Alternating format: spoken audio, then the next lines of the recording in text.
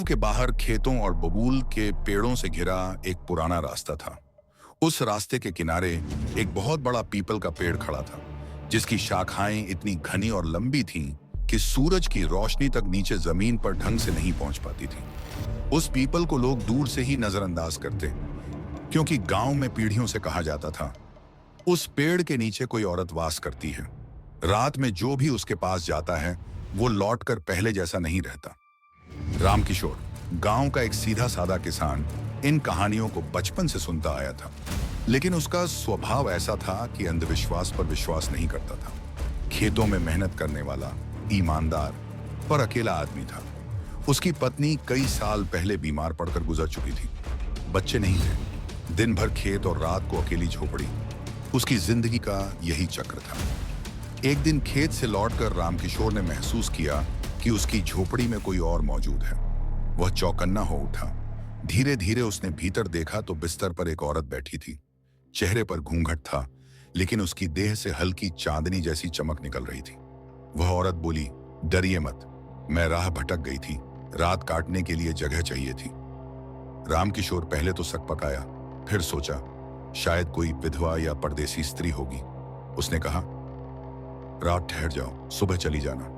वह औरत चुपचाप उसके बिस्तर पर लेट गई। आश्चर्य की बात यह थी कि रात भर रामकिशोर को गहरी नींद आई, जैसी उसे बरसों से नहीं आई थी। सुबह जब वह उठा तो देखा बिस्तर खाली था, औरत गायब थी। ऐसा बार बार होने लगा। हर रात वही औरत आ जाती, कभी चुप रहती, कभी हल्की फुल्की बातें करती, पर सुबह होते ही गायब हो जाती। रामकिशोर के मन में धीरे धीरे उसके लिए आकर्षण पनपने लगा।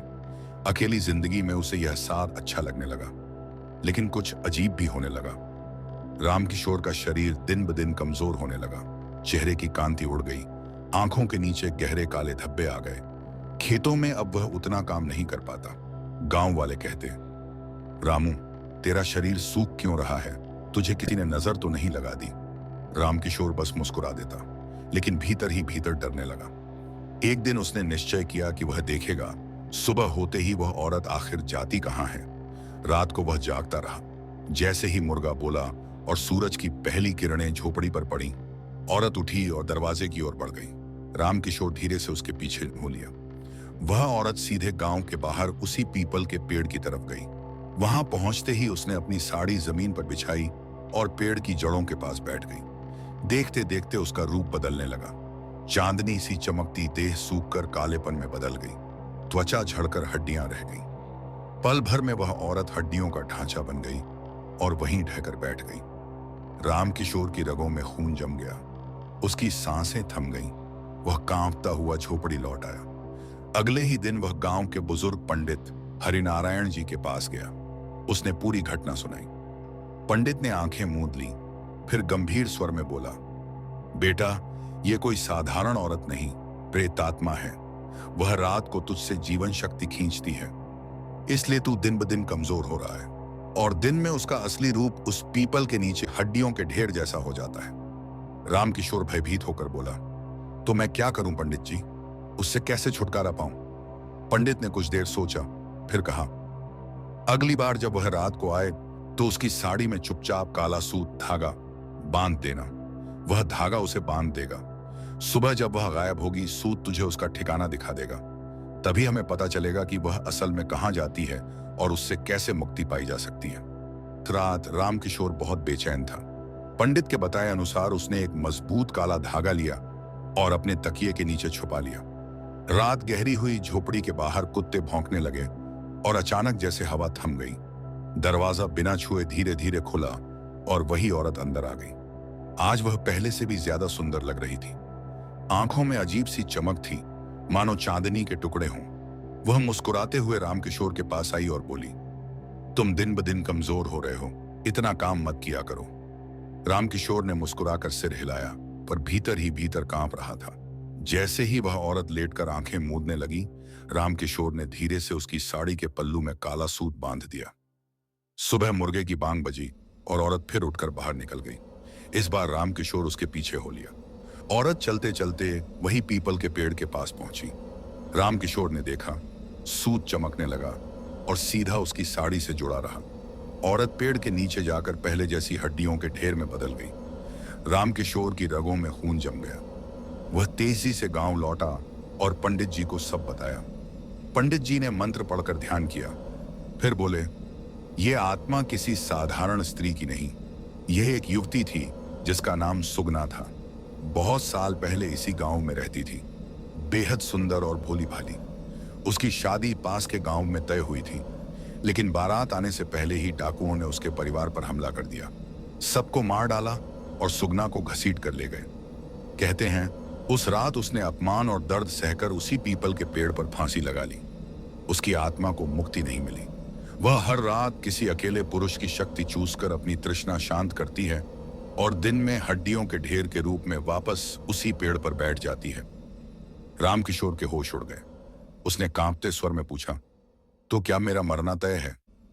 पंडित ने कहा, अभी नहीं, लेकिन अगर तुझे रोकना है तो हमें इस आत्मा को शांति दिलानी होगी, वरना धीरे धीरे तेरा खून, तेरी सांसें, सब कुछ खींच लेगी। उस रात पंडित और कुछ गांव वाले रामकिशोर की झोपड़ी के पास छुप गए। सबके हाथों में मंत्र लिखे कपड़े और दीपक थे। आधी रात को सुगना फिर आई। इस बार उसका चेहरा और भी भयावह था। आंखें लाल, बाल बिखरे और उसके पैरों के नीचे जमीन पर कोई छाया नहीं थी। वह सीधे रामकिशोर के पास आकर बोली, तुमने मेरी साड़ी में यह धागा क्यों बांधा? अब तुम मुझसे नहीं बच सकते। इतना कहकर उसने रामकिशोर की गर्दन पकड़ ली। उसका शरीर ठंडा हो गया, जैसे बर्फ की चादर ओढ़ा दी हो। तभी पंडित बाहर से मंत्र पढ़ते हुए झोपड़ी में घुसे। दियों की लौ अचानक तेज हो गई। सुगना चीखी। उसकी चीख से झोपड़ी की खिड़कियां और टूट गईं, लेकिन काले सूत ने उसे बांध रखा था। पंडित गरज कर बोले, सुगना, अगर तुझे मुक्ति चाहिए तो इस पीड़ा से निकल और सत्य स्वीकार कर, वरना तेरी आत्तित आत्मा हमेशा इस पेड़ में कैद रहेगी। मंत्रों की आवाज सुनते ही सुगना का रूप धीरे धीरे बदलने लगा। लाल आंखें नम हो गईं और वह रोते हुए बोली, मुझे मुक्ति चाहिए, लेकिन मेरे अपमान का बदला कौन देगा? मैं बिना न्याय पाए शांति कैसे पा सकती हूं? पंडित ने कहा, तेरा दुख सही है बेटी, लेकिन बदला खून से नहीं, प्रार्थना और शांति से मिलेगा। तू अगर भगवान को पुकारेगी तो तेरा दर्द मिटेगा। सुगना की हड्डियां कांप उठी। वह धीरे धीरे आकाश की ओर देखने लगी। उसकी आंखों से आंसू गिरे जो धरती पर पड़ते ही चांदी की बूंदों जैसे चमक उठे। फिर उसने रामकिशोर की ओर देखा। मुझे माफ कर देना, मैंने तुझे बहुत कष्ट दिया। मेरी आत्मा प्यासे जीवन जैसी थी, तूने मुझे सहन किया। इतना कहकर वह धुएं की तरह विलीन हो गई। गांव वालों ने चैन की सांस ली। पंडित ने कहा, आत्मा शांति पा गई है, लेकिन इस पीपल के पेड़ को कोई काटेगा नहीं, क्योंकि यह अब भी उसकी आत्मा का आश्रय है। बस वह अब किसी को नुकसान नहीं पहुंचाएगी। रामकिशोर धीरे धीरे ठीक होने लगा। उसका शरीर फिर से स्वस्थ होने लगा, लेकिन कभी कभी रात में उसे लगता कि उसकी झोपड़ी में हल्की चांदनी उतर आई है और कोई उसे दुलार कर सोने को कह रहा है। गुना के विलीन हो जाने के बाद गांव वालों ने राहत की सांस ली, लेकिन शांति ज्यादा दिनों तक टिक नहीं पाई। कुछ ही हफ्तों बाद गांव के पास वाले खेतों से अजीब खबरें आने लगीं।